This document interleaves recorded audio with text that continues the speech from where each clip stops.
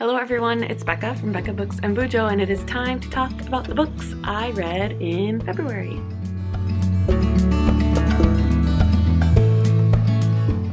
As always, let's start with the stats. I read 11 books in February, which amounted to 3,195 pages. As for the genre, 2 of them were contemporary fiction, 1 was a fantasy, 3 were historical fiction, 1 was a nonfiction, 3 were romance, and 1 was a thriller. None of these books fit into the adult category, and 2 of them were in the young adult category. As far as format, I read 5 of them strictly physically, 3 of them just on audio, 1 of them just on my ebook, my Kindle, and 2 of them were a combination between physical and audio. My average rating was a 4.04. Anything over a 4 is good in my eyes. And then for star ratings, you will see that I had 3 DNFs. I had 1 3-star, 2 3.5 stars, 5 4 stars, 1 4.5 star, and 2 5-star reads. Let's quickly just list the DNFs. I actually have them right here because I tried to read them for my Read It or Unhaul It challenge. I will link that video up above because I will be referencing it quite a bit just so that I'm not talking about the same book twice because I don't want to waste your time or mine. Okay, so the first book I DNF'd for this project was The Diary of a Bookseller by Sean Bythell. It's a nonfiction, a memoir about this guy who runs a bookstore, and it was boring. Then I DNF'd The Hobbit, high fantasy, or at least high fantasy written in this time period. Not for me. Can't do it. And lastly, I DNF'd The Bourne Identity by Robert Ludlum. I would rather just watch a thriller like this instead of read it. I mean, spy thrillers, I don't know. I just don't have any desire to read it, so I DNF'd it as well as the whole series. All right, I think we're just going to go in the order that I read these books. So the first book I read in February was a romance. Fits perfectly with the month of love.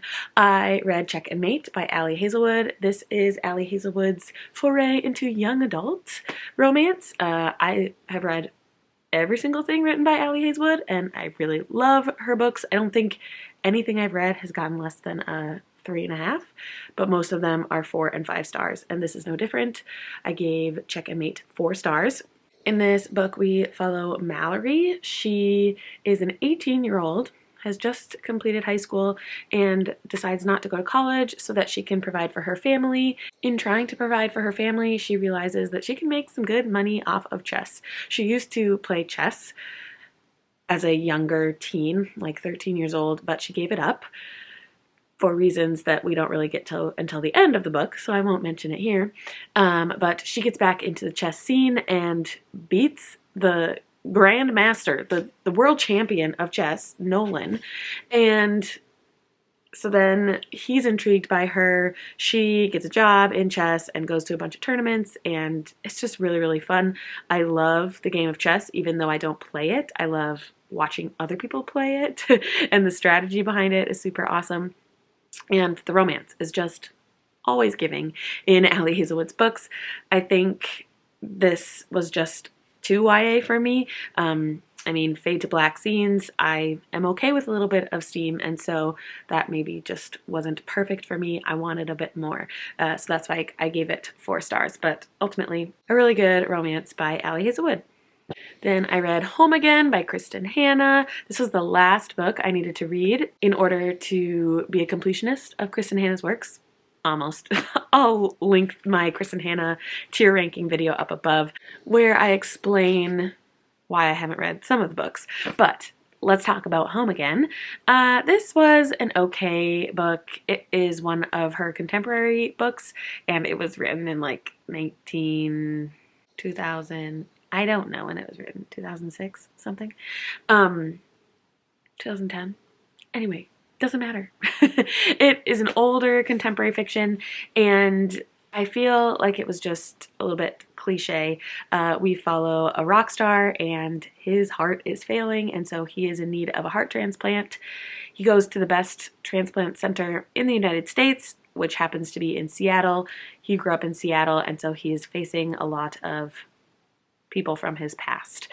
One of those people is one of his ex-girlfriends, and she works at the hospital and runs into him, and their relationship comes back to life, kind of. So it was good. I enjoy Kristen Hanna's writing always, and she has really great characters, so I didn't not enjoy it, but it was just middle of the road for me. So I gave it 3 stars. Then I read Good Mom on Paper, which is a collection of essays edited by Stacey May Fowles and Jen Sukfong Lee. This is a collection of essays written by Canadian authors who are also moms, and they talk about the hardships of being a mom, but also having a career, and how you work the two together in your life while also trying to be a sane human being. Yeah, I really enjoyed this. I didn't think I would relate as well to these authors who are writing the essays, but I did. While they talked about writing, they also just talked about being creative and doing the thing you love to do.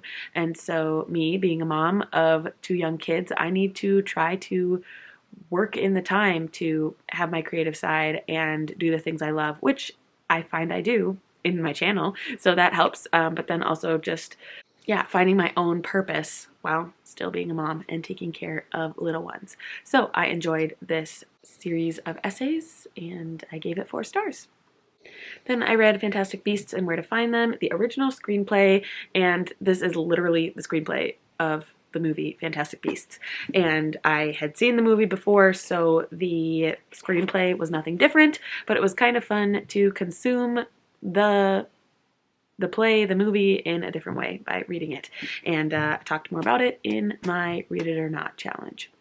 Similarly, I read All My Sons by Arthur Miller in my Read It or Not challenge. I was super surprised by this one and actually enjoyed it. It really makes you think about the good of humanity and what you will do for your family. And yeah, I was pleasantly surprised by this one. I gave it 4 stars. If you want to know more of my thoughts, check out that other vlog.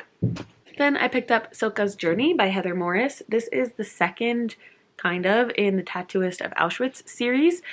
We follow Cilka, which is a character in the Tattooist of Auschwitz.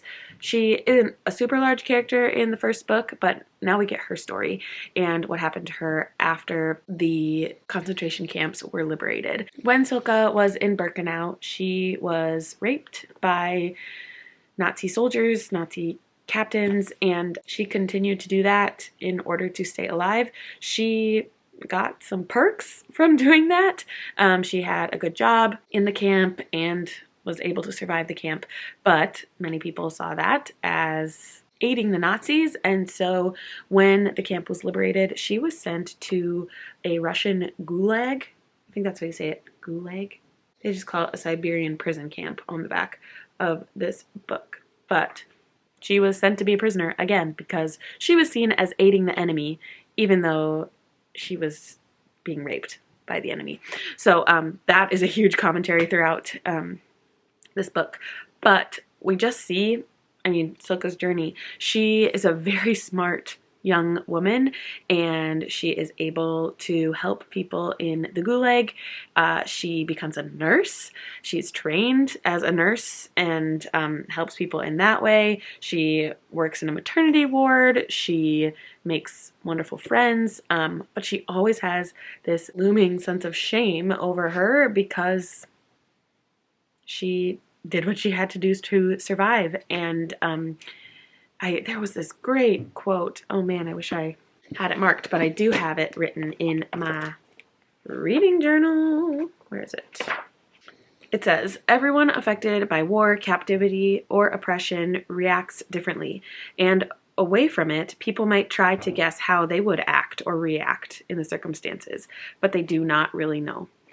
You don't know what you would do in these circumstances, and who are we to judge Cilka or whatever people do in captivity, war zones, whatever, because we are not in their shoes. And so that was a huge theme throughout this, and I really liked it. I gave it 4.5 stars. I love a World War II, post-World War II historical fiction, and yeah, I loved this. I loved The Tattooist of Auschwitz too, and I know that some people have issues with Heather Morris's writing, but it worked for me. Then I read Small Things Like These by Claire Keegan. I read this for a different vlog where I taste test a new to me author. I read 3 of Claire Keegan's works, and I will just say that this was my favorite out of the 3 that I read. It was just so simple and lovely, and also talked about the good of humanity and what one will do to help others. There's this sense of morality and what you think is right and how you will act upon that, and I really loved it. If you want to hear more of my thoughts, check out that vlog. I read another Allie Hazelwood in February. I picked up her newest release, Bride. It is a romantasy, which, like, who am I? I don't know. And the romance involves a vampire and a werewolf. And so I totally felt like I was a teenager again reading Twilight, and I kind of loved it. So in this one, we are following Misery, who is a vampire, and Lo, who is a werewolf. And they are in this arranged marriage situation to create peace between the wares and the vampires. There's some tension between them because they have an attraction when, like, they shouldn't, because they're from different species, but they still have an attraction. And there's also this underlying, like, mystery aspect to it. Misery is trying to find her best friend, who is a human, who has mysteriously disappeared, and she thinks that the Wares and her husband have taken her. And so that's mainly why she enters into this marriage, so that she can find her best friend. I really liked it. It was good. There were some steamy things and some things about werewolves that I did not know about, but I guess werewolf smut is a thing and people have thoughts on it and not. That's all I'm going to say. Okay, let's move on. I read Where the Last Wander by Amy Harmon. This is a historical fiction that takes place on the Oregon Trail in the 1850s. We follow 2 young people. Naomi May is traveling west with her family, and one of the guides for the train of wagons is John Lowry, and he is half Native American, half white, and so he has that weighing on him. But Naomi and John Lowry fall in love, and it's about their romance, but also their travel west. And some crazy things happen, and it was a good story, but I just wasn't drawn to it. Unfortunately, I feel so bad because so many people commented on my February TBR that this was their favorite historical fiction, 5 stars, they loved it, and I didn't. I mean, I still enjoyed it. I gave it 3.5 stars, and honestly, I feel like maybe my thoughts would have been different if I would have read it physically and not listened to it. I was trying to get through it quicker than I should have, and I decided audio was the way to go, and I hated the audiobook narrator, especially the female narrator. There were 2, female and male, for Naomi and John respectively, and I did not like the female narrator. The male one wasn't super great either, and so I think they took me out of the story. Even though it was a compelling story, I just didn't want to listen to it because it was read by them. So that's unfortunate. Good story. I haven't really read many books about, like, covered wagons on the Oregon Trail, and so that was neat and cool and a part of history that I don't read from frequently at all, and so that was good, but I'm bummed. I maybe will try out more Amy Harmon, but I will make sure that if the audiobook narrators are bad, I won't keep listening. I will pick it up physically. Okay, then we have another 5-star. This is Falling by TJ Newman, and it is a airplane thriller, and I was first told about Falling and Drowning from Krista. I saw it on her channel, and I was hooked. I don't know. Something about, like, devastating things that happen. It's just like, you know, a car accident that you can't take your eyes off of it. I want to read about it. I want to know everything about it. And so in this book, we have a pilot, and he is going off on a flight, and his family gets held hostage, and he is given a choice. You can either crash the plane, or these terrorists will kill his family.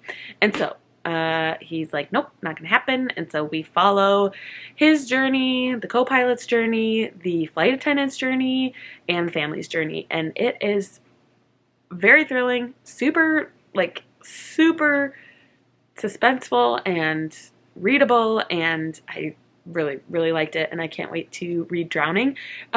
Also, this just gives me a whole lot more respect for flight attendants. They are not just service people there to serve you. They are trained and know what to do in any sort of crisis on a plane, and wow, I need to give them a lot more credit for what they are willing to do on a plane for their passengers and their pilots.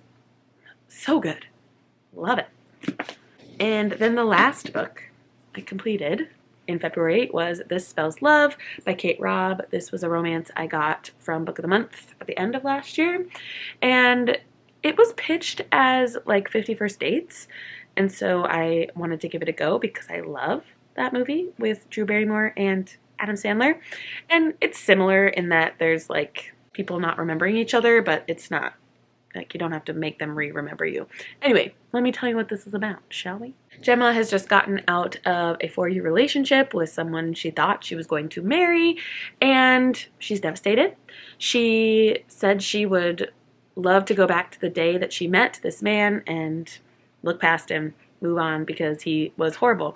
And she has this like funny aunt who is a little like witchy and mysterious, and she's like, are you serious about that? Because I have this book that has a spell in it, and we could go back and just make you relive that day and do it differently. And they're like, okay, we're a little tipsy on margaritas, let's do the spell.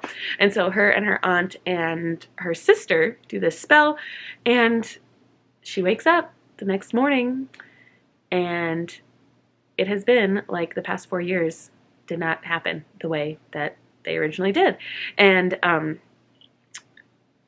in this change, her best male friend that she had in her other reality now doesn't know who she is, and she really loves him deeply, what she thought in a platonic way. Now in this other reality, this other universe, she realizes it's more than that. There is a romantic relationship between them, and they pursue it. And I thought it was good. It was sweet. It wasn't like super amazing or life-changing in any way, but it still brought a smile to my face, and I liked both female and male characters, and so I ended up giving this one a 3.5 star. There we go. Here's my stack, missing a few that I had to either return to the library or read them in a different format. And yeah, I had a pretty good reading month. I mean, not as many 5 stars as I could have hoped, but still, I enjoyed myself, and that's the point of reading, right? Yes. So let me know if you have read any of these books and what you thought of them. I would love to have some bookish conversation with you down below in the comments. Thank you so much for watching. Like this video on your way out. Consider subscribing to my channel if you are new here and you would like to see more bookish and bullet journaling content from me, and I will see you in the next one. Bye!